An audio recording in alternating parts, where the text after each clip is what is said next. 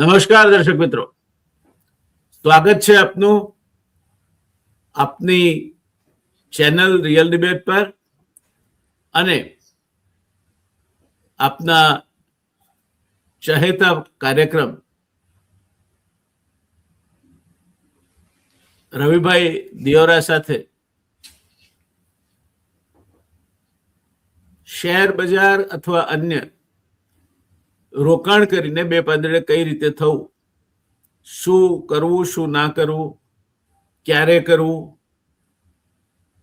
Share બજારમાં જે કઈ ટિપ્સ આવતી હોય એને કેટલી ગંભીરતાથી લેવી, કેટલી નહીં લેવી, પબ્લિક ઇસ્યુમાં ભરણું કરીને શેર મળવા વધારે સારા, ડિબેન્ચર કે બોન્ડમાં રોકાણ કરવું સારું, એસઆઈપીમાં રોકાણ કરવું સારું કે બીજા કોઈ પ્રકારમાં રોકાણ કરવું સારું, ગોલ્ડ એફડીમાં કે સિલ્વર એફડીમાં રોકાણ કરવું સારું. હમણાં તો સોનું ને ચાંદી બંને જગ્યા છે. કરવું તો શું કરવું? સવાલ એ છે કે આપણી પાસે રોકાણ મર્યાદિત છે. મારા તમારા જેવા મધ્યમ વર્ગના માણસો પાસે રોકાણ મર્યાદિત છે અને પૈસાને ખેંચે છે. જેમની પાસે મોટું રોકાણ કરવાની ક્ષમતા છે એ જાતે જો આપઘાત ન કરે તો એ ક્યારેય પૈસા ખોતા નથી, સિવાય કે સટ્ટામાં પડી જાય. અને જાતે જ આપઘાત કરે તો પછી તો એને કોઈ ભગવાન પણ બચાવી શકતા નથી. બાકી એમને પૈસા ખોવા માટેનો વખત નથી આવતો. જેની પાસે મોટું રોકાણ છે, સારા શેરોમાં રોકાણ કરવું છે, સારા ઇન્સ્ટ્રુમેન્ટમાં રોકાણ કરવું છે અને રાહ જોવી છે, પોતાની અનુકૂળતાએ વેચવું છે, પોતાની અનુકૂળતાએ ખરીદવું છે. તો આજે આપણે રવિભાઈ સાથે ચર્ચા કરવી છે કે શેર બજારમાં અથવા અન્યત્ર જે કઈ આપણી બચત હોય એનું સફળતાપૂર્વક રોકાણ કઈ રીતે કરવું, જેથી લેવાના દેવાના થઈ જાય. પછી આપણે ફ્યુચર્સ ને ઓપ્શન્સમાં સટ્ટો કરીએ અને રવિભાઈને દોષ દઈએ તો એનો કોઈ અર્થ નથી. આપણે સટ્ટાકીય વૃત્તિથી જે લોકો રોકાણ કરે છે એમની વાત પણ નથી કરતા, કારણ કે એ બધા તમને ને મને બધું ઘણું શીખવાડી જાય એવા હોય છે ને પોતે પોતાની જાતે કશું જ નથી શીખતા. એટલે આવા રોકાણકારોને આપણે હેરાન નહીં કરીએ. પણ જે લોકો જીન્યુઇન છે, રવિભાઈ, જે લોકો પોતાનું રોકાણ એવી રીતે કરવા માંગે છે કે પોતાની જે આવક છે ધંધામાંથી કે નોકરીમાંથી, મર્યાદિત આવક છે, એમાંથી કાંઈક એ પૂરક આવક ઊભી કરી શકે, એમની બચતમાંથી બચતને પ્રોત્સાહન મળે ને પૂરક આવક ઊભી થઈ શકે. એટલે બીજી નોકરી ના કરવી પડે, બીજી પ્રવૃત્તિ ના કરવી પડે. પણ અને મેં તો ઘણા લોકોને જોયા છે કે ઓફિસમાં પૂર્ણકાલીન શેર બજાર કરતા હોય છે. એમને તમે જ્યારે જુઓ ત્યારે ટર્મિનલ પર બિઝી હોય, સરકારી ઓફિસોમાં તો ખાસ. ને કોઈ કહેવાવાળું નથી હોતું એમને. એટલે ઓફિસમાં જે આવક છે, એક જમાનામાં એક ચોક્કસ વર્ગ એવું કહેતો કે OT is roti and salary is saving. ઓવર ટાઈમ મળે એમાંથી ઘર ચાલે, પગાર બચત છે. એમ તમે આમાંથી કંઈક બે પૈસા રળી શકો જેનાથી ઘર ચાલે, છોકરાઓની ફી નીકળે, દવાઓના ખર્ચા નીકળે. તો એટલી વિશાળ શ્રેણી છે રોકાણ માટેની. એક શ્રેણી એવી છે કે જે જોખમને પણ કવર કરે છે અને તમને કંઈક વળતર પણ આપે છે. લાઈફ ઇન્સ્યોરન્સ પોલિસી એમાં મૂકી શકાય. લાઈફ ઇન્સ્યોરન્સ પોલિસીને કેટલું વ્યાજ છૂટ્યું એ નહીં ગણાય, કારણ કે તમને જોખમ સામે પણ રક્ષણ આપે છે. એટલે એનો અમુક ભાગ તમે જોખમ સામે સુરક્ષિત છો એમાં વપરાય જાય.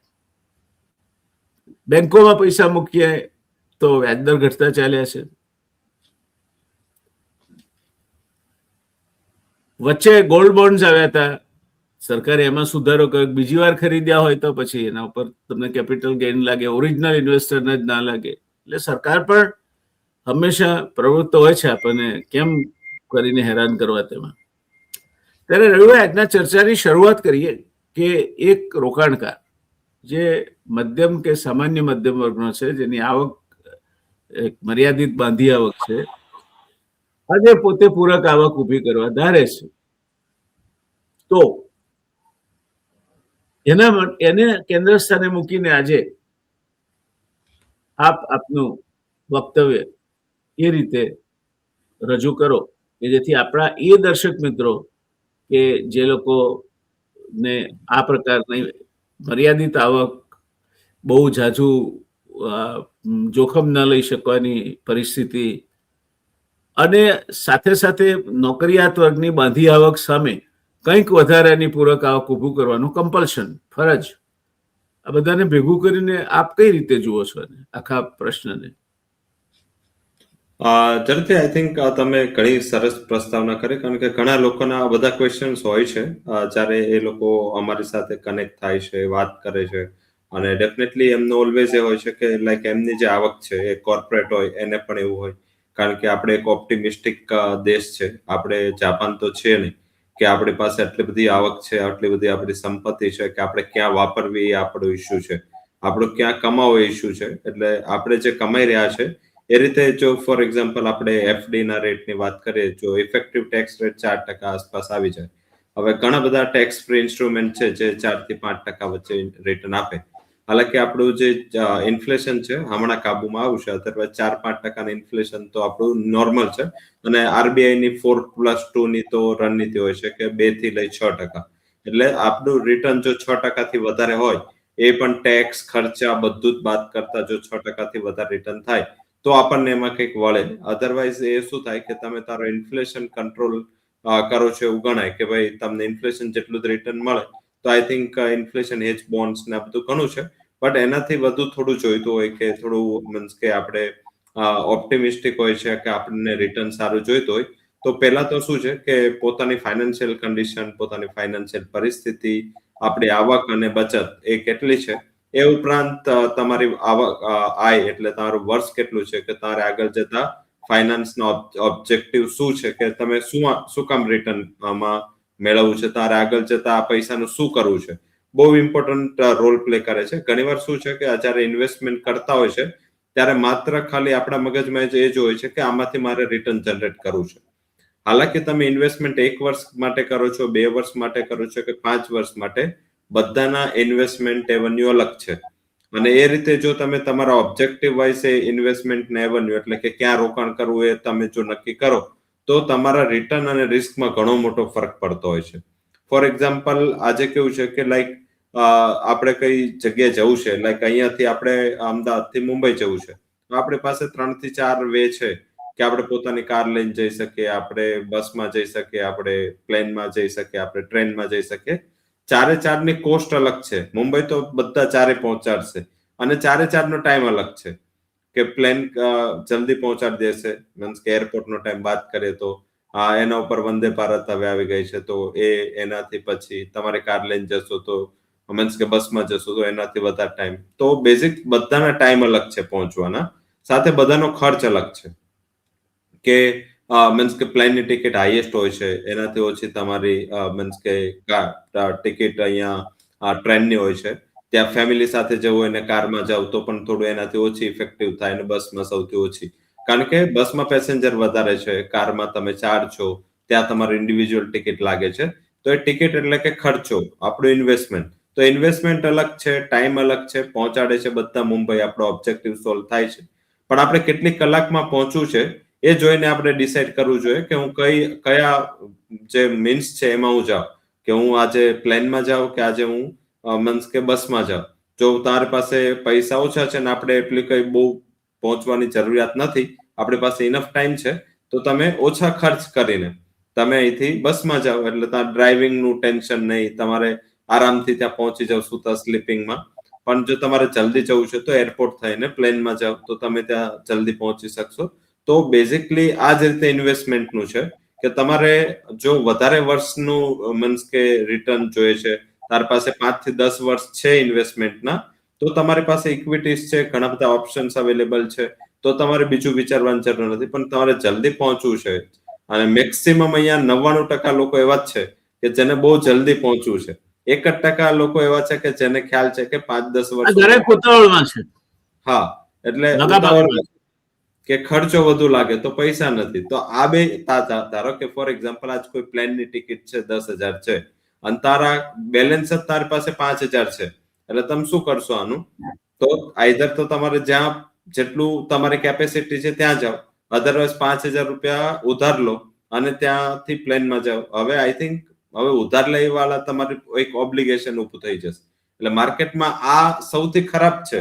તમે વિચારો કે તમે આજે પ્લેનમાં જવું છે, તમે 5,000 ઘરના નાખો છો અને 5,000 ઉધાર લો છો, એ કેવી પરિસ્થિતિ ખરાબ છે. એવી જ પરિસ્થિતિ માર્કેટમાં લોકો કરે છે કે લાઈક 5,000 રૂપિયા છે, બીજા 5,000 રૂપિયા એ લોકો ફંડિંગ લે છે અને પછી ઇન્વેસ્ટમેન્ટ કરે છે. હવે તારું કેપિટલ 5,000 છે એટલે તમે શું કર્યું કે તમારા કરતા ડબલ રિસ્ક લીધું. એટલે ડબલ રિસ્ક લો એટલે રિસ્ક અને રિટર્ન છે, રિટર્ન તો મળે જ જો ભાવ ચાલે તો, નહીં તો તમારી પાસે રિસ્ક એટલું જ થાય. જો ભાવ તૂટશે તો તમારી મૂડી પણ જશે, તમારું વ્યાજ પણ ત્યાં જશે. તો એ એક્સપેન્સિવ વે છે. હવે એક્સપેન્સિવ વે પોતાની પાસે પૈસા હોય તો ચૂઝ કરાય, એક્સપેન્સિવ વે વ્યાજે ક્યારેય લઈને ચૂઝ ના કરાય. અને એ સૌથી મોટું ફેક્ટર તમારે માર્કેટમાં ધ્યાનમાં રાખવું જોઈએ. હવે આ જો ફેક્ટર તમને ખ્યાલ આવી જાય કે તમારી પાસે ટાઈમ કેટલો છે અને તમારે એ પૈસાને વાપરવાના ક્યાં છે, એ આધારિત જો તમે ડિસિઝન લો તો તમે એડવાઇઝરને પણ ચૂઝ ન કરો તો પણ તમારું ડિસિઝન જે અત્યારે લો છો એના કરતા બેટર થઈ જાય. શું કામ? કારણ કે જો તમે લોંગ ટર્મનું ઇન્વેસ્ટમેન્ટ કરો છો, આજથી 5-10 વર્ષનું ઇન્વેસ્ટમેન્ટ કરો છો, તો તમે એ કંપનીઓમાં કે એ કંપનીઓના શેરમાં રોકાણ કરશો જે કંપનીનો ગ્રોથ સારો છે, કે આગળ તમને એવું લાગે કે આ 5-10 વર્ષ પછી આ કંપનીનો ગ્રોથ સારો થશે. કારણ કે અત્યારે જેનો સારો ગ્રોથ હશે એ તો ઓલરેડી મોંઘા જ હશે. પણ તમારે જે સિલેક્ટ કરવાનું છે, તમારી પાસે જો ટાઈમ છે તો તમે 5 વર્ષ પછી જે નવું મીન્સ કે લાર્જ કેપ બનવાનું છે એમાં રોકાણ કરશો. એટલે તમે મિડ અને સ્મોલ કેપ કંપનીઓમાં 5-6 વર્ષ માટે જો રોકાણ કરશો અને એમાંથી 60-70% તમારા ઓબ્જેક્ટિવ મુજબ ચાલી જશે, કારણ કે 30% નહીં ચાલે, 60-70% ચાલશે, તો પણ તમારો ઓબ્જેક્ટિવ છે જે રિટર્ન જનરેટ કરવાનું એ ફૂલફિલ થઈ જશે. પણ જો તમે બધું જ લાર્જ કેપ લઈ લેશો તો આઈ થિંક ઇન્ફ્લેશન અને માર્કેટ કરતા બહુ ખાસ રિટર્ન મોટું નહીં મળે. તો આ બેઝિક ઓબ્જેક્ટિવ થયો ઇક્વિટીઝનો. હવે ઘણીવાર શું છે કે આપણે ઓલવેઝ ઇક્વિટી જ જોતા હોય છે. ઘણીવાર એવું હોય છે કે ઇક્વિટી માર્કેટનું કેપેબિલિટી 1-2 વર્ષ માટે કદાચ એ રિટર્ન જનરેટ કરવાની ના હોય. તો તમને એવું થાય કે ચાલો ઇક્વિટી આપે છે 10-12%, ડેટ એટલું જ આપશે તો હું શું કામ ડેટ કરું. પણ રિસ્ક પેરામીટર બંને માટે બહુ અલગ છે. ડેટ માટે રિસ્ક બહુ ઓછું હોય છે, જ્યારે ઇક્વિટીમાં રિસ્ક એટલું જ ફ્લક્ચ્યુએશનનું મોટું હોય છે. એટલે ઓલવેઝ તમે જો રિસ્ક એડજસ્ટેડ રિટર્ન, અમારો જ્યારે ત્યારે હું ઇન્વેસ્ટ કરતો હોય કે કોઈ પણ ફંડ મેનેજર ઇન્વેસ્ટ કરતો હોય તો ત્યારે ખાલી રિટર્ન નથી જોતા પર્સન્ટેજમાં, એ લોકો રિસ્ક એડજસ્ટેડ રિટર્ન જોવે છે કે 10 રૂપિયાનું રિટર્ન છે તો એની સામે જો 5 નું રિસ્ક છે તો એ મીન્સ કે એ મારા માટે સારી ડીલ નથી. જો 10 રૂપિયાનું રિટર્ન છે એમાં 2-3 રૂપિયાનું રિસ્ક છે તો એ મારા માટે ડીલ સારી છે અને હું એ જ પસંદ કરીશ જેમાં રિસ્ક એડજસ્ટેડ રિટર્ન સારું હોય. કારણ કે રિસ્ક એડજસ્ટેડ રિટર્ન એ અસેટ ક્લાસને પ્રિફર નથી કરતું, એ ખાલી રિસ્ક અને રિટર્નને પ્રિફર કરે છે. For example, risk adjusted return કઈ રીતે ફાઇન્ડ થાય કે તમારું જે રિસ્ક માઇનસ કરો રિટર્નમાંથી, જો ધારો કે ડેટનો કોઈ અસેટ ક્લાસ છે જે 60% જ રિટર્ન આપે છે પણ એનું રિસ્ક 0 છે, તો તારું રિસ્ક એડજસ્ટેડ રિટર્ન 60% થયું. અને આજે ઇક્વિટીઝ છે જેમાં ફોર એક્ઝામ્પલ 12% રિટર્ન આવે છે પણ રિસ્ક ત્યાં 7-8% છે, તો તમારું ત્યાં રિટર્ન 5% જ થયું જે તમે આજે કેલ્ક્યુલેશન કરો છો. એટલે આપણે દર વખતે કે આ ભૂરિયાઓ કે ફોરેન વાળા કમાય છે, આપણે નથી કમાતા, આપણે તો મૂકવાના હોય છે, એનું રીઝન જ આ છે. કારણ કે આપણે જોતા નથી કે એ લોકો કેટલા કેલ્ક્યુલેશન કરાવે. એ લોકો તો આપણા ઉપરાંત કરન્સીનું પણ રિસ્ક લે છે, કારણ કે કરન્સી આપણી સતત ડેપ્રિશિએટ થતી રહી છે, છતાં એ લોકોનું રોકાણ અહીંયા છે. આટલું વેચ્યા પછી પણ એ લોકો 11% અહીંયા રોકાણ રાખીને બેઠા છે, કારણ કે લોકો જે આ રોકાણ કર્યું છે એ તેમનો ઓબ્જેક્ટિવ ક્લિયર છે કે મેં જે રોકાણ કર્યું છે મને ખબર છે આમાં શું રિસ્ક છે. અને આપણે ઘણીવાર આના ઘણા એક્ઝામ્પલ પણ આપ્યા છે. તો બેઝિક પહેલા એ નક્કી કરો કે તમારું રિટર્ન કેટલું મેળવવું છે, એનો ઓબ્જેક્ટિવ શું છે, તમારે કઈ જગ્યાએ કેટલી વારમાં ત્યાં પહોંચવાનું ગણતરી છે, અને જો એ ખ્યાલ હશે તો તમારું રિટર્ન આવવાનું જ છે. રિટર્ન બધા જ આપે છે, માર્કેટ પણ over period of time return આપી દે છે. પણ ઘણીવાર શું થતું હોય છે કે એક ટાઈમ એવો આવે, ધારો કે તમે અત્યારે આપણે યુએસના માર્કેટનું એક્ઝામ્પલ લઈએ તો અમેરિકાના માર્કેટમાં રોજ 1-2 એવા સ્ટોક ડિઝાસ્ટર હોય છે અને એટલું બધું કરેક્શન આવે છે, અને સારી કંપનીઓ કે $1 ટ્રિલિયન કંપનીઓમાં 10-12% કરેક્શન આવી જાય છે.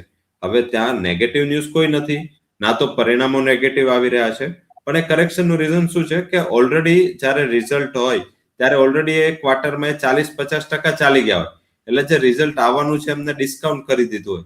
એટલે આપણે જ્યારે ઇન્વેસ્ટ કરીએ છીએ ત્યારે માર્કેટની પરિસ્થિતિ કંઈક અલગ હોય, કારણ કે સ્ટોક ખોટો નથી કે માર્કેટ ખોટું નથી, પણ આપણે જ્યારે ઇન્વેસ્ટમેન્ટ કરો ટાઈમ ખોટો હતો કે ત્યારે ઓલરેડી ભાવ ચાલી ગયા હતા.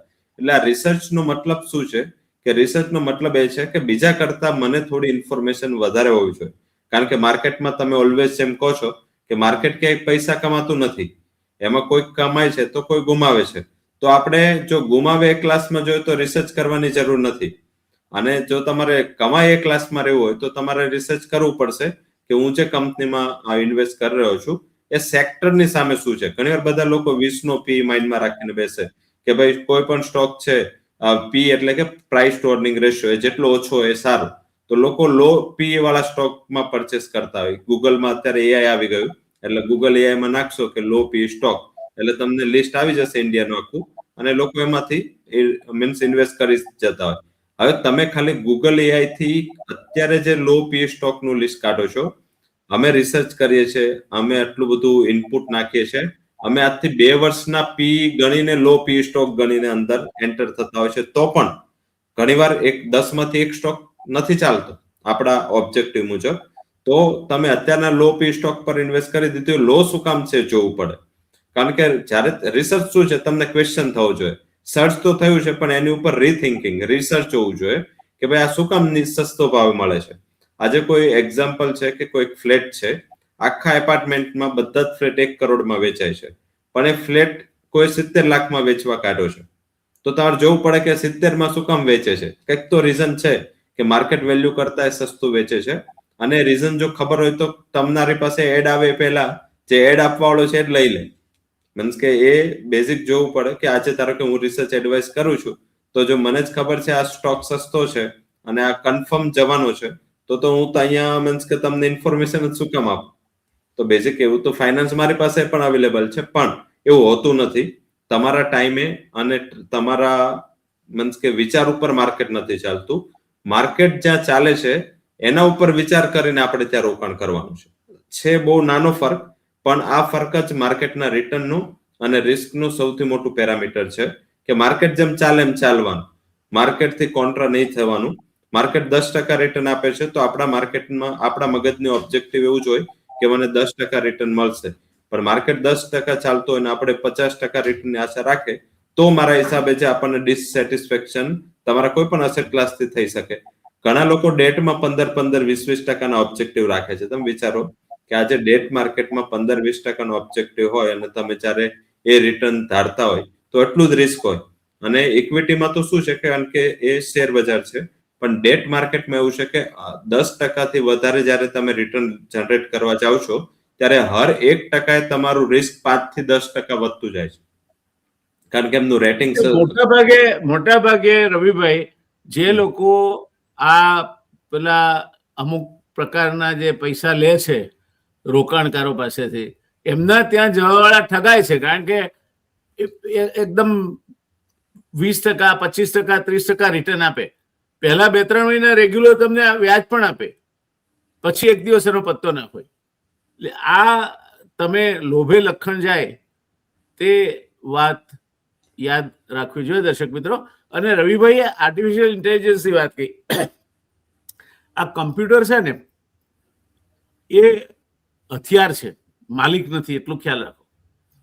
તમે માલિક છો, કારણ કે માણસનું મગજ સાતત્યપૂર્ણ વિચારી અને પોતાના વિચારની તરહ બદલી શકે છે. કમ્પ્યુટર એ ગમે તેટલું એડવાન્સ થશે તો પણ એ નહીં કરી શકે. અને એટલે અમે જ્યારે અભ્યાસ કરતા હતા રવિભાઈ, ત્યારે અમારા કમ્પ્યુટર સાયન્સના ટીચરે એક જોક કહ્યો હતો કે એક મેકેનિકલ રોબો એનું પ્લાનિંગ કર્યું આ લોકોએ, ડિઝાઇન કર્યો એને, અને એમાં એવું એ લોકોએ પ્રોગ્રામ ફીડ કર્યો કે તારે રોડ પર ચાલવાનું, ટ્રાફિક સિગ્નલ આવે એટલે ત્યાં વ્હાઇટ લાઇન પર રોકાવાનું, આગળ અને પાછળ 100 મીટરમાં કોઈ વાહન ના હોય તો રસ્તો ક્રોસ કરી જવાનો. તો આ રોબો નીકળ્યો, ટ્રાફિક સિગ્નલે જઈને બસ ઊભો જ રહી ગયો. પછી એ લોકોએ જયારે તપાસ કરી તો ખબર પડી કે બાજુમાં એક પાર્કિંગ હતું, તે તો વાહન હતા. એ માણસ વિચારી શકે, મશીન નથી વિચારી શકતું. ગમે તેટલું એને તમે સોફિસ્ટિકેટેડ કરો તો પણ. આ ખ્યાલ દર્શક મિત્રો જે રવિભાઈએ કહ્યો ને ખૂબ અગત્યનો છે. તમારે વધારે રોકાણ જોઈતું હોય, વધારે રિવોર્ડ જોઈતો હોય તો એના સામે રિસ્ક પણ ઊંચો રહેશે. હવે તમે જોખમ લેવા તૈયાર હો, ખુશીથી આગળ વધો.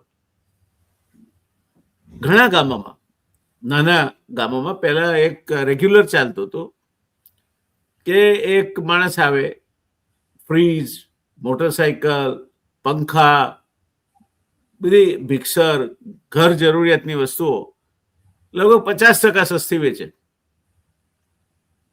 અને બુકિંગ પણ કરે. એટલે પહેલા લોટમાં જે લોકોએ બુકિંગ કરે એને ડિલિવરી પણ આપી દે. તો એના સેલ્સમેન થઈ જાય. જો કે ફ્રીજ બજારમાં 40,000 નું મળે, મને 20,000 મળે. આ રહ્યું ફ્રીજ, જોઈજો શું ફરક છે, આ બ્રાન્ડનું છે. ધીરે ધીરે લોકોને ખેંચે, પૈસાનું એનું ઉઘરાણું વધતું જાય અને એક દિવસે રાત્રે બધું લઈને ભાગી છૂટે. એમને ના ડિલિવરી આપવાની હોય કે નહીં, તો બધા જ પૈસા ગુમાવે. એટલે આ લોભ જો તમે કરવા ગયા તો you are A high risk high reward kind of A investor, જે રવિભાઈ વાત કરી રહ્યા છે. અને એ નહીં થવું જોઈએ. અને કરવું હોય તો સમજીને કરવાનું કે મારે 500 રૂપિયા છે ને મારે ખોઈ જ નાખવા છે, તો 500 આવશે તો 5,000 આવશે ને. લોટરી ટિકિટ એનું આદર્શ ઉદાહરણ છે. મોટા ભાગે બધા ગુમાવે જ પૈસા, પણ છતાં લોટરી ટિકિટ લેતા આપણે બંધ થયા ના. કારણ કે એક ઇમ્પલ્સ, એક હોપ તરીકે મહાભારતમાં જ જુગતું રમાતું તો એવું નહીં. માણસ મૂળભૂત રીતે જુગારી છે અને એ જુગાર રમવાની સ્પેક્યુલેશનની કોઈને કોઈ તક શોધતો હોય છે. જુદી જુદી રીતે જુગાર રમતો હોય છે. કોઈ પોતાની જિંદગી સાથે રમી નાખે છે, કોઈ બીજાની જિંદગી સાથે રમી નાખે છે, કોઈ પોતાના પૈસા સાથે રમે છે, કોઈ બીજાના પૈસા સાથે પણ રમી નાખે છે. પણ એનામાં રહેલો પેલો જુગારી એ ક્યારે એના પર હાવી થઈ જશે એનું નક્કી નથી. એટલે તમે કઈ જાતના રોકાણ કરશો, એક ઘરના ખૂણે બેસીને એક શાંતિથી વિચાર કરો કે હું કઈ જાતનું રોકાણ કરશું. કોઈ દિવસ કર્યું છે આનું એનાલિસિસ તમે? નાનો, મધ્યમ, મોટો? ટૂંકા ગાળામાં મારે વળતર જોઈએ, મધ્યમ ગાળામાં જોઈએ, લાંબા ગાળામાં જોઈએ? મધ્યમ વળતર જોઈએ, એકદમ ઊંચું વળતર જોઈએ, સિક્યોર હોય પણ નાનું વળતર હોય તો ચાલે. આ તમે તમારી જાતે કાગળ પેન લઈને બેસીને તમારું પ્રોફાઇલ તૈયાર કરો ને ભાઈ, તો ઘણું ઉપયોગી થશે. જઈએ વળી પાછા રવિભાઈ પાસે. એક વાત મારે તમને કહેવી છે, રવિભાઈનો અનુભવ છે એટલે કહું. રવિભાઈ એક બહુ જ પોપ્યુલર નેશનલ ચેનલમાં પણ આ બધા એમના જ્ઞાનનો લાભ આપે છે. પણ મને આનંદ છે કહેવાનો કે રવિભાઈના ચાહકો રિયલ ડિબેટ પર જેટલા છે એટલા નેશનલ ચેનલ પર નથી. એટલું આપણી ચેનલમાં એમને આવકાર છે. એ એમની પોતાની આવડતના કારણે છે. એ એમની પોતાની સરળતા અને સરળતાથી સમજાવી શકવાની ક્ષમતાને કારણે છે. વિદ્યા હોવી એક વાત છે, પણ તમારી વિદ્યા બીજાના મગજમાં નાખવી એ બહુ મુશ્કેલ કામ છે. રવિભાઈ એ સરળતાથી કરી શકે છે. એટલે રવિભાઈ સાથે વાત કરવા માટે મારી પર પણ ઘણા લોકોના ફોન આવે કે રવિભાઈનો નંબર જોઈએ છે. પણ રવિભાઈનો નંબર રવિભાઈ પાસે જ મળી શકે. અમારી એક નીતિ વિષયક સમજ હોય છે ચેનલ વાળાઓની કે અમે અમારા મહેમાનોના નંબરો ભરતા નથી કરતા, સિવાય કે અમને કે ના તમે આપજો તો આપી શકે. એટલે એક વસ્તુ આ ખ્યાલમાં રાખો ને, બીજું મફત સલાહ લેવા જાઓ ને તો મફત જેવી જ મળે. એટલે સલાહ તમે વકીલ પાસે જઈને એમ કહો કે કઈ હું આ બાજુથી સાહેબ નીકળ્યો હતો ને, આ કેસ ચાલે છે લાગ્યું તમે પૂછતો જાવ, તમે ભલી વાર ના. એ બાજુથી નીકળ્યા હતા એટલે તમે નોન સિરિયસ છો એમ તમે નીકળ્યા હો, અથવા તો કઈ કામ ના હોય અને રવિભાઈને ચકરડું ગુમાવી દીધું મહેરબાની કરીને એવું નહીં કરવું. Be a serious investor, be an analyst of yourself first. તમારી જાતને ઓળખો, કેવા જાતના રોકાણ કરશો. તમારા રોકાણને ઓળખો, કેટલું, કેવું, કેટલા રિટર્ન વાળું. પછી આગળ પ્રવૃત્ત થાવ. ઓવર ટુ યુ રવિભાઈ. ઝડપથી ફોરેનમાં કોઈ પણ જયારે ફંડામેન્ટલ નો કોઈ કોર્સ ચાલુ કરે છે, જે તમે ફ્રીજ વાળું કીધું, તો ત્યાં બસ સેમ જ છે આ વસ્તુ. એ લોકો પેલું મંકીની કહાનીથી ચાલુ કરે કે એક ગામડું હતું ને, ત્યાં મીન્સ કે કોઈ માણસ આવ્યો અને એને કીધું કે મને કોઈ પણ એક વાંદરાને ગોતીને આપશે તો હું 2500 રૂપિયા આપીશ. એક વાંદરા દીઠ 2500 રૂપિયા હું બધાને જ આપીશ. તો એને કીધું કે ચાલો ઠીક છે, કે આ ભાઈ 2500 રૂપિયા આપે. કોઈ લઈ આવ્યા બધા ધીમે ધીમે, એને જેટલા હતા બધા લઈ લીધા અને પછી એક જગ્યા એમને રાખી દીધા. પછી પાછું જેવું થોડા દિવસ થયા તો પાછું એને કીધું કે હજી મને નવા ગોતીને આપો તો હું તમને 5000 આપીશ. નેટ મહારાજનું પ્રાબલ્ય છે, આવે છે જાય છે, આવે છે જાય છે. તો એમ સરકારનું ને નેટનું ધાર્યું નથી ઉતરતું. હા હા રવિ.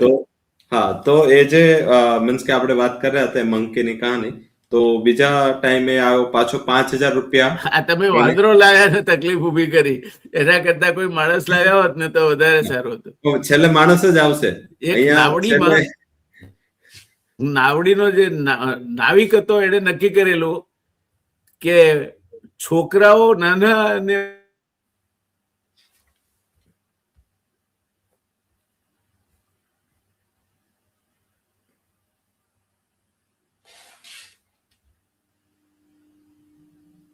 બે ત્રણ માકડા હતા, ચડ્યો હોડીમાં. અને એક માણસ નાના બાળક સાથે આવ્યો ભાઈ. તો પેલા હોડીવાળા કહ્યું કે નહીં, માકડા લઈ લીધા છે, મેં છોકરા નહીં લીધા. કારણ કે ભાઈ તું હાથ પગ બાંધી રાખી, શું ધમાલ કરશે? એટલે છોકરાના હાથ બાંધી પગ બાંધી દીધા. ચાલી મધાર પહોંચી નાવડી. તમે છોકરા આજુબાજુ નજર કરીને ક્યાંકથી સળી શોધી કાઢી. સળી શોધી વાંકા પડી, દાંતથી એ સળી ઉપાડી એને, અને વાંદરાના કાનની બાજુમાં જઈને કાનમાં એ સળી નાખી. વાંદરો કૂદ્યો અને બધું અંદર. એટલે આ તત્વો પણ શેર બજારમાં મોજૂદ હોય છે, જે ટિપ્સ આપે છે કે આવું કરે છે. Over to you. તમને નેટના કારણે ખલેલ પડી એ દરમિયાન મેં સમજ જાળવી લીધો. Thank you. અને બેઝિક બસ એ છેલ્લે શું થાય, છેલ્લા દિવસે જે વ્યક્તિ આવે છે એ કે છે કે લાઈક અત્યારે 25000 રૂપિયા હું આપું છું એક વાંદરાના, 2500 માંથી 25000. તો લોકો તો મીન્સ કે બહાર ગોતવા નીકળી ગયા અને કોઈ વાંદરા જ ના મળે. હવે આ જ વ્યક્તિએ બહાર એને બધાએ 20,000 માં લેવાનું ચાલુ કર્યું કે કોઈ મળે અમને વાંદરો. તો લોકો 20,000 માં લેતા હતા.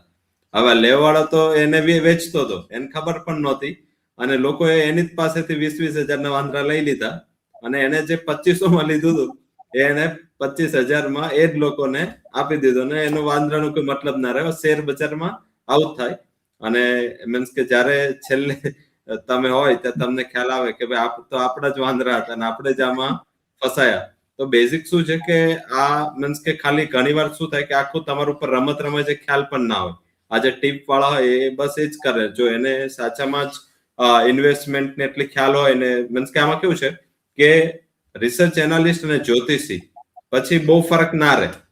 ઘણી વાર શું થાય કે હું એક વસ્તુ કહું ને તરત થઈ જાય, બીજી વસ્તુ કહું ને તરત થઈ જાય, 10 વસ્તુ કહું તરત થઈ જાય. એટલે મને પેલું થાય હું જ ભગવાન છું. એટલે પછી શું થાય કે એટલા બધા મીન્સ કે લોકો કોન્ફિડન્સ સાથે કહેતા હોય. હું ઘણી વાર મીન્સ કે આટલા બધા રિસર્ચ છે, મેં 2007 થી સ્ટાર્ટ કર્યું છે, અને મેં એવરેજ દિવસના, હું ઇન્ક્લુડિંગ સન્ડે સેટરડે ગણું છું, મેં એવરેજ દિવસના માર્કેટ માટે 17 થી 16 કલાક મેં માર્કેટ માટે જ આપ્યા છે. છતાં પણ હું આટલો કોન્ફિડન્સથી લોકોને ના કહેતો હોય. લોકોને એવું થાય કે ભાઈ આમનો કોન્ફિડન્સનો અભાવ છે. કોન્ફિડન્સનો અભાવ નથી, અમે જોયેલું છે કે આમાં એકચ્યુઅલ શું હોય છે. તો બેઝિક શું હોય છે કે કોન્ફિડન્સ કરતા રિસર્ચ અને મીન્સ કે કોઈ પણ કઈ જઈને લઈ દેવું, પછી વાંદરા જેવું થાય કે તમને જ આપતો હોય, એને 2500 લઈ લીધો હોય, તમે 20 માં લેતા હોય અને એ જ તમને વેચતો હોય. તો બેઝિકલી શું છે કે ઓલવેઝ આવું ક્યારેય પણ થઈ શકે. અને મીન્સ કે આ એક જ વસ્તુ હોય છે, એમાં પેલા જે વાંદરા લે વેચ કરવા વાળો તો એનો લોસ નથી, કે આ પબ્લિક નીકળી ગયું 20,000 લેવા, એ પ્રોબ્લેમ છે. કારણ કે બેઝિક લીધું તમે, એટલે ફાઇનાન્શિયલ રિસ્ક જયારે તમે બાય કે સેલ કોઈ શેર કરો છો, કોઈ બોન્ડ કરો છો, કોઈ ઇક્વિટી ગમે કરો છો, તમે જ્યારે એન્ટર કે એક્ઝિટ કરો છો તમારા પૈસાથી કરો છો અને તમારા માટે કરો છો, અને એના હિસાબે રિસ્ક અને રિવોર્ડ ત્યારે તમારે એકવાર કોઈ પણ ગમે કહી દે, પણ છતાં એકવાર આપણે થોડું હવે તો આટલા બધા મીન્સ કે અવેલેબલ છે સોર્સિસ. 2007-8 જ્યારે અમે રિસર્ચ ચાલુ કર્યું ત્યારે મિનિસ્ટ્રી ઓફ કોર્પોરેટ અફેર્સની વેબસાઇટમાં MC1 MC2 કરીને વેબસાઇટ બે આવતી હતી. એમાં ₹8 ₹9 ક્રેડિટ કાર્ડ આપી અને એમાં પૈસા કપાવી અમારે કંપનીના ફાઇનાન્શિયલ ત્યાંથી લેવા પડતા, એ પણ ટાઈપ કરવાના, કોપી ના થાય. એટલે શું છે કે અમે શું કરતા કે એમાંથી એ બધા data, balance sheet, cash flow, એનો પ્રોફિટ એન્ડ લોસ અકાઉન્ટ, આ બધા ડેટા ટાઈપ કરતા હતા. અને કેરિયરની શરૂઆતમાં બધા જ આ કર્યું હતું. એટલે શું છે કે આજે મેં કંપનીના 10 વર્ષના ડેટા ટાઈપ કર્યા છે, એટલે મારા માઇન્ડમાં એના ડેટા તો છે. એટલે મોટા ભાગનું તો ત્યાં મને ખ્યાલ આવી ગયો કે કંપનીનું શું થાય છે, અને એનો પણ લિમિટેડ ટાઈમ આવતો હતો. એટલે અમારી ટાઈપિંગની સ્પીડ એટલી વધી ગઈ, અને સાથે સાથે આ બધા ડેટાનું ઇનપુટ એક ત્યાં પણ થતું હતું, એક માઇન્ડમાં પણ થતું હતું. હાલાકી અત્યારે તો એઆઈ છે, અત્યારે તો આની પણ જરૂર નથી. સીધું એક જ સેકન્ડમાં તમારા રિપોર્ટમાં ડેટા આવી જાય છે. ત્યાં સુધીનું આપણે મીન્સ કે એક એક્સપાન્શન કર્યું છે. ત્યારે શું હતું કે ચેનલ્સ 2-3 આવતી ન્યૂઝ આપતી હતી. ટ્વિટર કે એનું તો કોઈ અવેલેબિલિટી હતી નહીં. એટલે ન્યૂઝ ચેનલ જોઈએ, મીડિયા જોઈએ, તો કોઈ પણ ન્યૂઝ આવે અને પછી મીડિયામાં આવે, મીડિયામાં એ લોકો આકલન કરે, એમની પાસે પણ થોડા ડિલે આવે, એમની પાસે પણ આટલા સોર્સ નહોતા. એટલે એ ન્યૂઝની ઇમ્પેક્ટ 2-3 દિવસ સુધી રહેતી. પછી શું થયું કે હવે એટલું બધું એડવાન્સ થઈ ગયું કે ન્યૂઝ એક સેકન્ડમાં BSE NSE ની વેબસાઇટમાંથી સીધું ટ્વિટર પર ડિસ્પ્લે થઈ જાય, કારણ કે એઆઈ સીધો ન્યૂઝ ખેંચીને બહાર કાઢી દે. એટલે એ પણ હવે સરળ છે. એટલે લોકો પાસે સોર્સિસ ઘણા છે. પ્લસ જ્યારે અમે પહેલા કામ કરતા ત્યારે લેબર લો કે એવું કંઈ ખાસ હતું નહીં. એટલે 16-17 કલાક 15 કલાક જે પણ કામ કરતા હતા, સાથે બીજું કંઈ ના થઈ શકે. કોઈ પણ જોબ હોય આ તે, કારણ કે પહેલા આપણે હાર્ડવર્ક કરીને અહીંયા આવ્યા છે. એટલે હાર્ડવર્ક આપણે ત્યારે કરતા હતા, તો આપણી પાસે એટલો ટાઈમ ઘરે આવે નહોતો કે હું આટલું બધું રિસર્ચ કરી શકું. હવે આપણા કોર્પોરેટ સોફ્ટ થયા, એમ્પ્લોય રિલેટેડ સારી પોલિસીઓ બની, આપણા માઇન્ડને ફ્રેશ રાખવા માટે કંપનીઓ ઘણું બધું ઇનપુટ આપું, એટલે આપણે ફ્રેશ હોઈએ છીએ. સાંજે ઘરે જઈએ છીએ, આપણે ફાધર અને ગ્રાન્ડફાધરને જોઈએ સાંજે ઘરે આવતા હતા તો એમને બોલવાની હિંમત નહોતી. હવે આપણે ઘરે જઈને પણ આટલું એફર્ટ કરી શકીએ. એટલે આપણી પાસે ટાઈમ નથી, આપણી પાસે સોર્સિસ નથી. આ બધા આપણા બાના છે. વેબ સોર્સિસ પણ એટલા અવેલેબલ છે અને આપણી પાસે ટાઈમ અવેલેબલ છે, પણ આપણે જોવું નથી. આપણે શું છે કે મેજરલી આપણે એઝ અ ઇન્ડિયન આપણે આઉટપુટ ઉપર વધારે ફોકસ કરીએ છીએ. આપણું ફોકસ શું છે, આનું આઉટપુટ શું આવશે, પણ એફર્ટ અને પ્રોસેસિંગ ઉપર આપણા ફોકસ નથી. એટલે આપણે શું છે કે આઉટપુટ પણ એવું જ આવે, ઓલવેઝ ઇનપુટ જે હોય એ જ આઉટપુટ આવે. તમે 10 કિલોનું ઇનપુટ નાખો ને 50 કિલોનું આઉટપુટ વિચારો તો ક્યારેય પોસિબલ નથી. મીન્સ કે ભગવાન ત્યાં કે 40 કિલો ઇનપુટ નાખતા નથી કે કોઈ પણ નથી નાખતું. એ 10 કિલોનું ઇનપુટ નાખશો એટલે 10 કિલોનું જ આઉટપુટ આવશે. એમાં વેલ્યુ એડિશન થઈને આવશે, અલગ વસ્તુ છે, પણ જેટલું નાખશો એટલું બહાર મળશે. એટલે બેઝિક માર્કેટનું પણ એવું જ છે કે તમે જેટલું ઇનપુટ નાખશો, તમે પૈસા છે તમારું ઇનપુટ છે, નોલેજ તમારું ઇનપુટ છે, રિસર્ચ તમારું ઇનપુટ છે, તો જેટલું ઇનપુટ નાખું, ટાઈમ ઇનપુટ છે તમારું, તમે ટાઈમ પણ આપો તો એટલું તમને આઉટપુટ આવવાનું છે. અને ઇનપુટ જેટલું સારું હશે એટલું જ આઉટપુટ સારું હશે. આજે એ ગ્રેડ ક્વોલિટીની ઇનપુટ માટે લોકો શું કામ ટ્રાય કરે છે કે એમનું આઉટપુટ સારું રહે.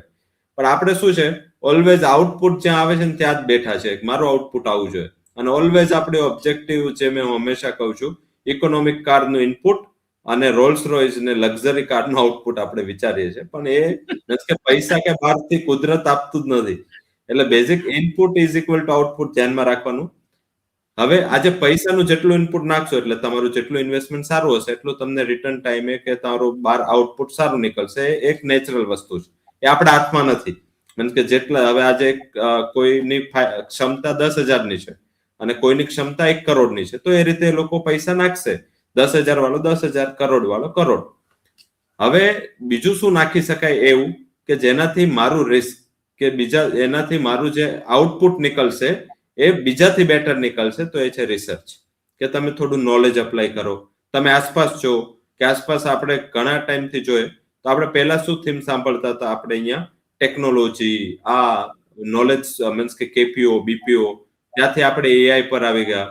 હવે આપણે સેમિકન્ડક્ટરના વર્ડ પણ અહીંયા સાંભળવા મળે છે. તો બેઝિક એ જો કે નવું ક્યાં જાય છે લોકો, હવે આખું સોલાર, આખું આપણે રિન્યુએબલ એનર્જી નો થીમ પતી ગઈ. હવે લોકો રિન્યુએબલ એનર્જી ઉપર રોકાણ કરે. એટલે બેઝિક શું છે કે આમાં તમે એમ ટુ એમ જે માર્કેટિંગ આવે, મલ્ટી લેવલ માર્કેટિંગ, એ લોકો શું કરે, શરૂઆતમાં જે લોકો ચેનલમાં જોડાય એ લોકોનું ચાલી જાય, પછી છેલ્લે જોડાયા હોય ને એમને પછી પૈસા જ ખર્ચવાના હોય. એટલે તમે સારા ટાઈમે જયારે ઇન્વેસ્ટમેન્ટ કરો છો તો જયારે તમારો સારું ટાઈમ, મીન્સ કે કંપનીનો સારો ટાઈમ આવશે તો ત્યારે તમને રિટર્ન મળશે. હવે તમારો સારો ટાઈમ ને કંપનીનો સારો ટાઈમ એ બે જરૂર નથી કે એક સાથે હોય. આપણને એવું જ છે કે ભાઈ બધું ન્યૂઝ સાંભળ્યા ને આજે કે ભાઈ ટ્રેડ ડીલ થઈ ગઈ એટલે આપણે એ મન ફાવે એમ કરીને એ દિવસ આઈટી કંપનીઓ લઈ લીધી. હવે શું થયું, આઈટી કંપનીઓમાં નવું એઆઈ નો પ્રોબ્લેમ ઉભો થયો ગ્લોબલી, અને એ આઈટી સ્ટોક્સ એ પીટાયા છે જે આખા વીકમાં. તો રિટર્ન તો જવા દો, ઓલરેડી 5% રિસ્ક. તો આપણને ખ્યાલ હોવો જોઈએ કે આ ડીલમાં સોફ્ટવેર કંપની છે જ નહીં. અને જો ના ખ્યાલ હોય તો આપણે આના ઉપર શો કરો તો કે ભાઈ સોફ્ટવેર આ ડીલમાં નથી. તો મને નોલેજ હોવું જોઈએ કે હું જેને સાંભળું છે એની પાસે હોવું જોઈએ. મારી પાસે નથી તો એક્સેપ્ટ કરવું જોઈએ. અને હજુ આવતા શનિવારે ઇન્ડો યુએસ ટ્રેડ ડીલ, જે મોટામાં મોટી અત્યાર સુધીની આ સદીની સૌથી મોટામાં મોટી છેતરપિંડી છે, એના ઉપર આપણે ચર્ચા કરીશું.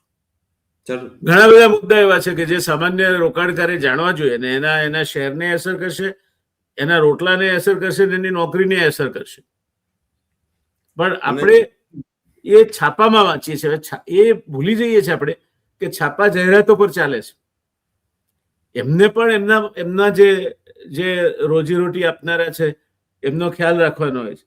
તમારા જેવું આપણા બાપદાદા જે આપણને કહેવત શીખવાની છે કે આપ વિના બળ નહીં અને મેઘ વિના જળ નહીં. કોઈના ઉપર આધારિત રહીને રોકાણ ન કરાય. તમારું રોકાણ તમારા ઉપર આધારિત હોવું જોઈએ. નફો કરો તોય તમે જવાબદાર, નુકસાન કરો તોય તમે જવાબદાર. જે દિવસે તમે આ સ્થિતિએ પહોંચો ત્યારે તમે નફો કરશો સરવાળે, નુકસાન નહીં જ કરો એવું નહીં, ક્યાંક સરભર કરવામાં નુકસાન પણ થાય, પણ સરવાળે તમે વર્ષે દાડે કમાતા હશો સર્વાઈવ કાઢો ત્યારે.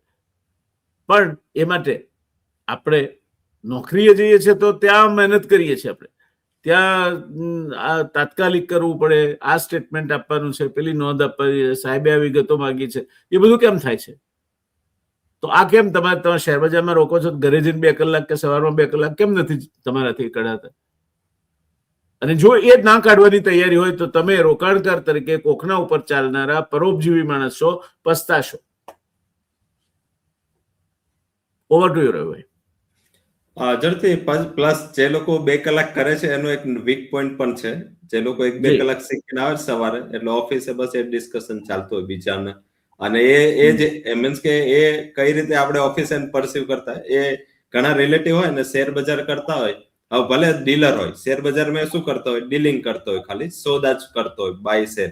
તો એને એવી જ રીતે જોવામાં કે એને આસપાસ વાળા એને જ પૂછે શું લેવાય.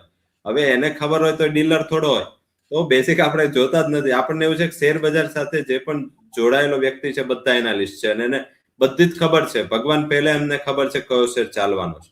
એટલે બેસિક ઓફિસમાં એનું વર્ચસ્વ હોય. હવે શેર બજારમાં એક પોઝિટિવ પોઈન્ટ કહું, ઘણા બધા લોકો એમ જોવે કે આ સટ્ટો છે, આ છે. હું આ શેર બજારમાં મીન્સ કે જ્યારથી છું કે જ્યારથી 7 થી મેં ચાલુ કર્યું ત્યાર સુધી આજ સુધી એ કોન્ફિડન્સ છે મને કે હું માર્કેટમાં છું એટલે આજે હું પ્રાઇમ મિનિસ્ટર હોય, મીન્સ પ્રેસિડેન્ટ હોય, કોઈ કંપનીના ઓનર હોય, કોઈ સામાજિક કાર્યકર્તા હોય, ગમે એ ફિલ્ડના કોઈ માણસ હોય તો એમની સાથે હિંમતથી વાત કરી શકું. કારણ કે આ શેર બજાર એટલું બધું નોલેજ આપે છે, વિવિધ સેક્ટરનું, વિવિધ માર્કેટનું, વિવિધ અપડેટ, ગ્લોબલ, ડોમેસ્ટિક, કે તમને એટલું બધું નોલેજ આવી જાય કે તમને આ નોલેજ તમારા પોતાના ફિલ્ડમાં પણ યુઝ થાય. ધારો કે શું ટ્રેન્ડ ચાલી રહ્યો છે ગ્લોબલી, શું ડોમેસ્ટિક ચાલી રહ્યો છે. ઘણા બધા લોકો શેર બજાર એટલે કરે છે કે એમને આ બધું નોલેજ રહે. અને ઘણા બધા મીન્સ કે હું એક દાખલો આપું, ગયા વીકે હું એક બહુ મોટા ક્લાયન્ટને મળ્યો હતો. હવે ક્લાયન્ટને મેં કીધું સર દર વખતે કેમ આટલો લોસ કરો છો તમે, અને ગમે મન ફાવે એમ ટ્રેડ કરી લો અને પછી અમને હેરાન કરો, એના કરતા તમે મીન્સ કે ઓછો કરો, સીમિત કરો કે જેનાથી તમને માઇન્ડમાં ના વાગે, તમને સરખી ઊંઘ આવે. તો કે હું એટલે જ તો ટ્રેડ કરું છું. મેં કે કેમ? તો કે જો પૈસા તો બહુ કમાઈ લીધા, પૈસા છે આપણી પાસે, પણ રાત્રે નીંદની ગોળી વગર ઊંઘ આવી જાય તો એ મજા નથી આવતી. કે રાત્રે ગોળી તો લેવી પડે. હવે એના માટે શું કરવું? તો એના માટે શેર બજાર કરે. આવા લોકો પણ માર્કેટમાં છે કે એને એવું લાગે કે નહીં હું કંઈક કરું છું એમ, કે ભાઈ હું રિસ્ક લઉં છું, કે ડાયરેક્ટ પૈસા તો ઘણા વ્યાજના પણ આવતા હોય, ઘણા બધા રિયલ એસ્ટેટ ત્યાંથી ભાડું બધું જ આવે છે, એટલે વેલ સેટ છું. મેં કે તો પછી તો હવે તમને ભગવાન બચાવે કે ભાઈ એમને નીંદની ગોળી માટે શેર બજાર કરે. અમને તમારાથી ભગવાન બચાવે. હા, એટલે એ શું હોય છે કે આવા પણ છે ઘણા લોકોને શેર બજાર ના કરે ઊંઘ મીન્સ કે આમ મજા ના આવે એમ, કે કઈ આમ સૂનું સૂનું લાગે, એટલે એ સુધી શેર બજારમાં નથી જવાનું, એટલું બધું રિસર્ચ નથી કરવાનું. રિસર્ચ જે આપણે ઇન્વેસ્ટમેન્ટ કરવાનું છે અને ક્યાં સારું ઇન્વેસ્ટમેન્ટ થઈ શકે, અને ટાઈમ સાચામાં હું મીન્સ કે અત્યારે આપણે શોમાં બેટ કરીને કહું છું કે કોઈ પણ વ્યક્તિને ઇન્ક્લુડિંગ પ્રમોટર, કોઈ પણ વ્યક્તિને ખબર નથી હોતી કે એ શેર ક્યારે ચાલવાનો છે. એ માર્કેટ નક્કી કરે છે કે શેર ક્યારે ચાલશે. અને તમને જો કહેતા હોય કે મારી પાસે ઇન્ટરનલ ન્યૂઝ છે, મારી પાસે ઇન્ટરનલ ઇન્ફોર્મેશન છે, આણે કીધું ફલાણું, એવું કઈ હોતું નથી. નહીં તો જો આપણી ચેનલ પર કોક વિડીયો 2 લાખ વ્યુઅર્સ કરી જાય છે, જેમાં આપણે ન માનતા હોઈએ કે આટલું બધું કઈ એવું તથ્ય છે, ને જે બહુ સારો હોય, બહુ મહેનત કરી હોય, બહુ જાણવા જેવું હોય, એ વિડીયો 2 લાખમાં પીટાઈ જાય છે. એટલે એવું છે આપણે જયારે કરીએ છીએ it is sentiment based most of the time. અને બીજું આપણે ઘેટાની મનોવૃત્તિથી ચાલીએ છીએ મોટા ભાગે. હમણાં જ હું રવિભાઈ એક વાર્તા વાંચતો હતો, ગ્રીસની વાર્તા. તો એક ચરવાહો, એટલે આપણે જેને ભરવાડ કહીએ, એ પોતાનું ટોળું લઈને ઘેટાનું ચરાવવા નીકળ્યો. તો એક જગ્યાએ આવે, ત્યાંથી સીધો નીચે 500 ફૂટની ખીણ હતી. તો પેલું ઘેટું ગયું નીચે, એટલે એક પછી એક ઘેટા પડ્યા એના ઉપર, એ પડ્યા એટલા મરી ગયા. પણ ક્યાં સુધી? એ પછી એ મરી ગયેલા ઘેટાનું એક ગાદલું તૈયાર થઈ ગયું. એ પછી ઘેટા પડ્યા એ ના મર્યા, ઘેટા પડવાનું તો ચાલુ રહ્યું. એટલે તમે પેલું ઘેટું છો, વચ્ચેનું ઘેટું છો કે છેલ્લું ઘેટું છો, અને તમારી પાસે તકદીર કેટલું છે. આ બધી જ બાબતો શેર બજારમાં તમે દાખલ થાવ ત્યારે ખ્યાલ રાખીને ચાલો, અને નમ્રતાપૂર્વક ચાલો. મને બધું આવડે જ છે, MBA મને બધું આવડે છે, એવું નહીં કરો. પૂછવાનું કોઈ, અને બહુ પૂછવાનું પણ નહીં તો ગુચવાયા કરશો. મારો એક મિત્ર છે રવિભાઈ, દુનિયાભરની એનાલિસિસ શોધે. સરવાળે આપણે પૂછીએ કે તારે શેર વેચ્યા કે લીધા, તો કે સર આના પરથી નક્કી નથી થતું. એટલે રિસર્ચ એવી પણ નહીં હોવી જોઈએ, જ્ઞાન એવું પણ નહીં હોવું જોઈએ કે જે તમને અનિશ્ચિતતા તરફ લઈ જાય. રવિભાઈ જી, ડેફિનેટલી બહુ એટલે જ મેં કીધું કે બહુ રિસર્ચ નહીં કરવાનું, કારણ કે એ શું છે, બહુ રિસર્ચ તમે કરો ને એટલે કેવું છે, માર્કેટમાં તમને રિસ્ક પરસીવ થતું જાય. રિસ્ક તો હંમેશા રહેવાનું. એ તમે માનતા હોય કે રિસ્ક નથી અને હું એ જ ઓલામાં કરું છું, તો એ પોસિબલ જ નથી. એ વર્લ્ડનો નિયમ જ નથી કે માર્કેટનો નિયમ જ નથી જ્યાં રિસ્ક નથી ને રિટર્ન છે. જો આવું હોય તો બધા જ લોકો આખા વર્લ્ડનું ફંડ ત્યાં આવી જાય, પણ એ પોસિબિલિટીઝ ઓછી છે. રિસ્ક ઓછું વધતું હોય. હવે આજ આપણે ફાઇન્ડ કરવાનું છે. રિટર્ન તો માર્કેટ આપશે ખુદ, કંપની જ્યારે કમાશે, કંપનીનો શેર ચાલશે, રિટર્ન ત્યારે જ મળશે. આપણે ખાલી શું કરવાનું છે કે રિસ્ક ક્યાં વધારે છે અને ક્યાં ઓછું છે. કે હું 10 રૂપિયા મારા ઇન્વેસ્ટ કરું છું, તો એમાં રિસ્ક 10 રૂપિયા હોય તો એ સારો સોદો નથી. હું 10 રૂપિયા ઇન્વેસ્ટ કરું છું, 5 રૂપિયા એમાં રિસ્ક છે, તો થોડું બધું કન્સિડર કરી શકાય. અને હું 10 રૂપિયા ઇન્વેસ્ટ કરું છું, 2 થી 3 પોઈન્ટનું રિસ્ક છે, તો એ કમ્પેરેટિવ એનાલિસિસ થાય. કમ્પેરેટિવ એનાલિસિસ તમે જ્યારે કરો ત્યારે છેલ્લો ક્વેશ્ચન એ પૂછવાનું કે આ સસ્તું શું કામ મળે છે. હું હંમેશા પૂછું, મારી પાસે એટલા બધા સ્ટોક્સ હોય છે અને અમારી તો ટીમ તમને એટલા બધા ઇનપુટ આપે કે જે તમે કન્ફ્યુઝન વાળા મોડમાં આવી જાય ઘણી વાર. પણ હું હંમેશા પૂછું કે આ સસ્તા શું કામ મળે છે. જો મને જવાબ મળી જાય કે આ સ્ટોક આના હિસાબે સસ્તો છે, તો હું તરત જ એ સ્ટોક પસંદ કરી લઉં છું. જો મને જવાબ નથી મળતો કે આ શું કામ સસ્તું છે, તો એમાં હું ક્યારેય ઇન્વેસ્ટ નથી કરતો, કારણ કે એ સસ્તો વધુ સસ્તો થાય. કોઈ 100 વાળા 50 આવ્યો, આપણને એવું થાય અડધો થઈ ગયો, તો ત્યાં 25 પણ થાય. એટલે બેઝિક શું છે કે એનું તમારે ઇનપુટ એ નાખવું પડે, અને ઓલવેઝ માઇન્ડમાં ક્વેશ્ચન હોવું જોઈએ કે આ શું કામ સસ્તો છે. બીજું, તમે જે ઘેટાની કહાની કીધી ને, આપણે ત્યાં બધાને પહેલું જ ઘેટું બનવું છે, કે હું એક જ હોવો જોઈએ.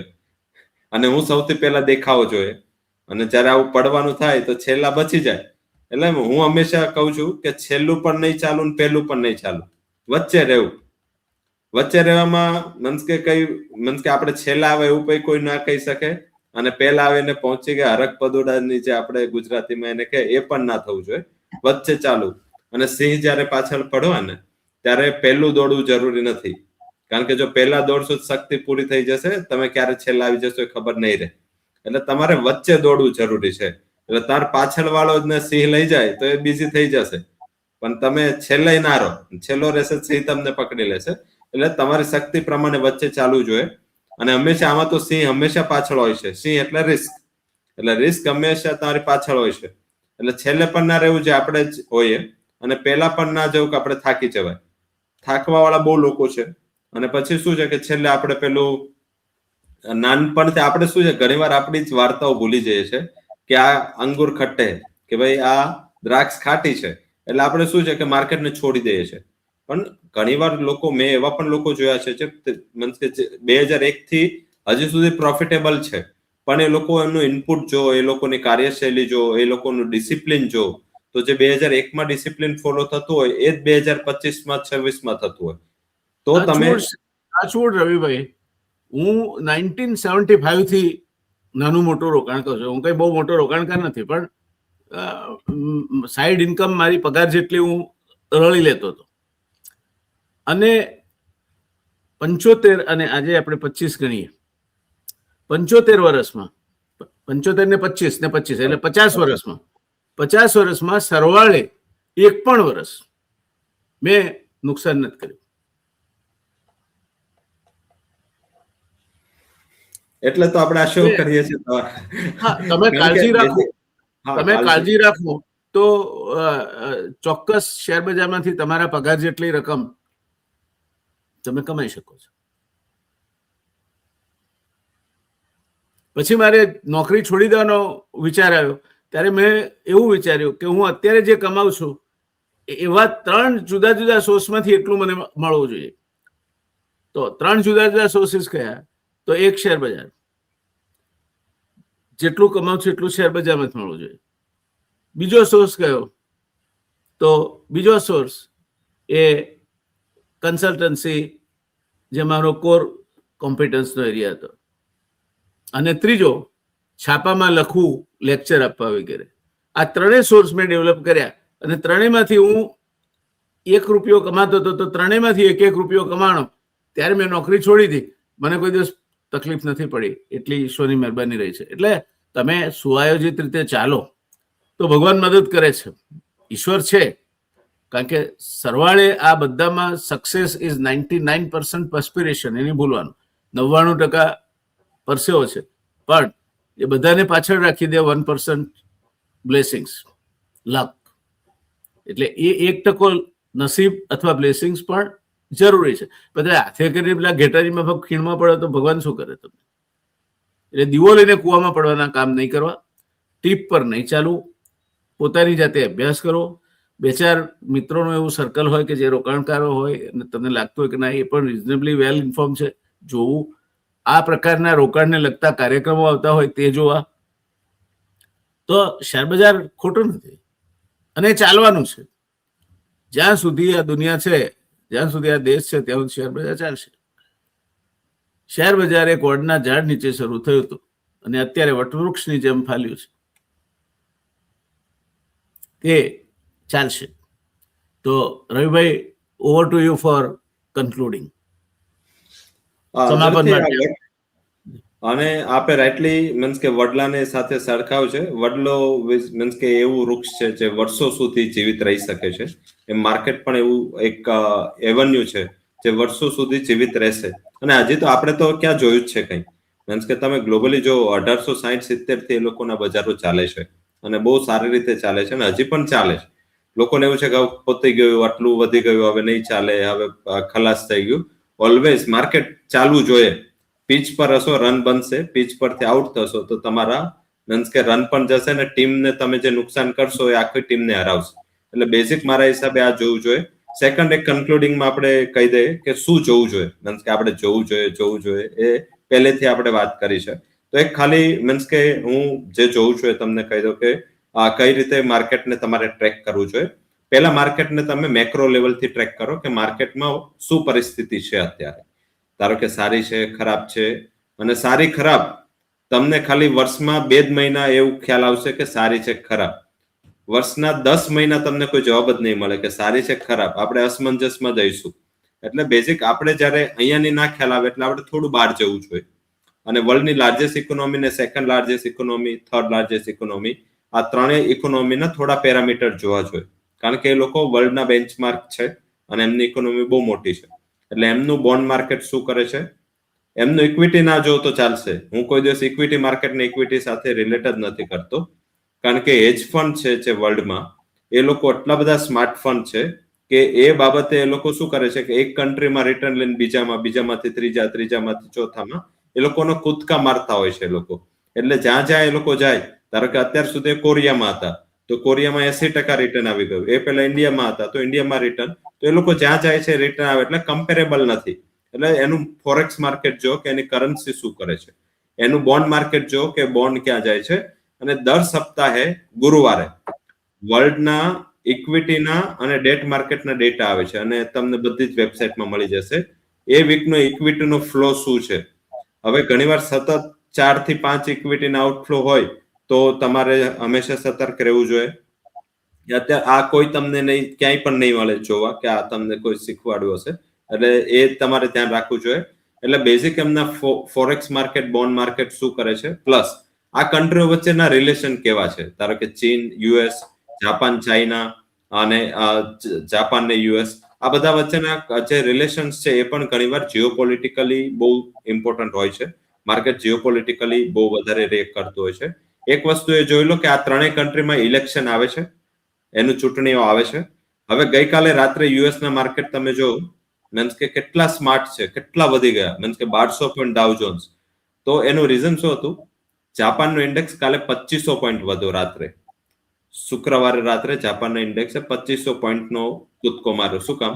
કારણ કે જાપાનમાં ઇલેક્શન છે અને એ ઇલેક્શનમાં પહેલી વાર કોઈ પાર્ટી 465 માંથી 300 ઉપર સીટ લાવવાની ગણતરી છે. નકર ત્યાં કોલાઝન બહુ હોય, બહુ કોલિઝન ગવર્નમેન્ટ ચાલતી હોય છે. હા, હવે 1985 માં મને લાગે છે સિંગલ પાર્ટી હતી, ત્યાં પછી કોઈ સિંગલ પાર્ટી નથી. એટલે હવે એના હિસાબે ત્યાંનું ઇન્ડેક્સ વધી ગયો. તો આપણે માઇન્ડમાં હોવું જોઈએ. અને આનું મીન્સ કે તમને સોમવારે ડીલનું નહીં પણ આનું ઇમ્પેક્ટ તમને દેખાશે, સારું એવું દેખાશે. તો બેઝિક આપણને આ ખ્યાલ હોવો જોઈએ કે ક્યારે ક્યાં ઇલેક્શન છે. હવે આ જોઈ લીધું, મેક્રો ફેક્ટર જોઈ લીધું, આપણું જોઈ લીધું. હવે આવો મેસો કે આજુબાજુ થીમ શું ચાલે છે, કે લાઈક સેમિકન્ડક્ટર ચાલે છે, આ ચાલે છે, તે ચાલે છે, બધું જો કે હમણાં નવી કઈ વસ્તુ મારા કાનમાં સાંભળવામાં આવે છે જે મેં છેલ્લા 10-20 વર્ષ સુધી નથી સાંભળી. પણ અત્યારે ગવર્મેન્ટનો અને પ્રાઇવેટ કંપનીઓનો એ તરફનો ઇન્ટરેસ્ટ વધારે છે. એટલે એ તરફ એ સેક્ટર્સ ફાઇન્ડ કરો. એ સેક્ટરમાંથી પછી ઇન્ટરનલ, તમને કોઈ પણ વેબસાઇટ પર જશો, ઇન્ટરનલ વેલ્યુએશન કરો કે 10 કંપનીઓ આ સેક્ટરમાં સારી છે. એ 10 કંપનીઓમાં મને કમ્પેરેટિવ સસ્તી કઈ મળી રહી છે. એના માટે શું કરવાનું? વિવિધ પેરામીટર એક્સેલમાં લો કે લખી લો અને એની બાજુમાં જેનું સૌથી સારું પરફોર્મન્સ હોય 10 ને એને 10 નંબર આપો અને એનાથી ખરાબ એમ 9, 8, 7, 6 એમ આપતા રહો. એમ કરીને બધી જ ફેક્ટરનો 5 થી 6 ફેક્ટરનો એક સ્કોર બનાવો અને જેનો હાઈએસ્ટ સ્કોર હોય બાય કરી લો. તમને બહુ વધારે પડતું રિસ્ક અહીંયાથી ખતમ થશે. એટલે તમે મેક્રો જોઈ લીધા, માઇક્રો જોઈ લીધા અને મેસો જોઈ લીધું. એટલે આ ત્રણેય વસ્તુનું રિસર્ચ કરીને જ્યારે ઇન્ડિવિજ્યુઅલ સ્ટોકમાં તમે જાઓ છો, આ કરો. જ્યારે તમે એસેટ ક્લાસને પસંદ કરો છો, એના 3 વર્ષનું પરફોર્મન્સ કમ્બાઈન જો. 3 વર્ષનું પરફોર્મન્સ એકબીજા કરતા સબસ્ટેન્શિયલ ઉપર કે નીચે હોય ને, એનાથી કોન્ટ્રા જાઓ. આખા એસેટ ક્લાસ, ધારો કે ઇક્વિટી છે, આપણે અહીંયા 3 વર્ષમાં બહુ સારું પરફોર્મ નથી કરવું, પણ આપણે અહીંયા વ્યાજદર સારા હતા એટલે બોન્ડ માર્કેટે સારું પરફોર્મ કર્યું. ઇન્ટરેસ્ટ રેટ આપણે અહીંયા સારા હતા એટલે એ કમ્પેરેટિવ ઇન્વેસ્ટમેન્ટ ક્લાસે સારું પરફોર્મ કર્યું. એનાથી વિપરીત જાઓ, હવે ઇક્વિટીમાં લો અને બોન્ડ માર્કેટને જ્યાં તમારું ઇન્વેસ્ટમેન્ટ છે એને ઓછું કરો. તો બેઝિકલી 2-3 વર્ષનું પરફોર્મન્સ એસેટ ક્લાસનું છે એ પણ એકબીજાના પૂરક હોય છે. એટલે બધું જ ઇન્વેસ્ટમેન્ટનો ફ્લો ત્યાં નથી જતો. અને લાસ્ટ બટ નોટ લીસ્ટ, વર્લ્ડમાં 2 જ પ્રકારના ફંડ છે જે જીવિત રહ્યા છે વર્ષો સુધી. એક છે પેસિવ ફંડ અને બીજા છે હેજ ફંડ. પેસિવ ફંડને ખબર છે કે મારે પેસિવ ઇન્વેસ્ટમેન્ટ કરવાનું છે અને મારે આ ઇન્વેસ્ટમેન્ટ વર્ષો સુધી રાખવાનું છે, એટલે એ લોકો ટ્રેમેન્ડસ રિટર્ન બનાવે છે. અને હેજ ફંડને ખબર છે કે મારે ટ્રેડ જ કરવાનો છે, મારે આર્બિટ્રેજ ઓપોર્ચ્યુનિટી ગોતવાની છે કે કઈ કન્ટ્રી ને કઈ એસેટ ક્લાસ સસ્તી છે, મારે ત્યાં ઇન્વેસ્ટ કરવાનું છે. એટલે એ ફંડ પણ બહુ સારું રિટર્ન બનાવે છે. તો ઇન્વેસ્ટર પણ સારું રિટર્ન બનાવે છે, પણ ટ્રેડર પણ. શું કામ એ બંને રિટર્ન સારું બનાવે છે? કારણ કે બંનેને પોતપોતાની કેપેસિટીની ખબર છે. ઇન્વેસ્ટમેન્ટ ફંડ ક્યારે ટ્રેડિંગ નહીં કરે અને હેજ ફંડ ક્યારે ઇન્વેસ્ટમેન્ટ નહીં કરે.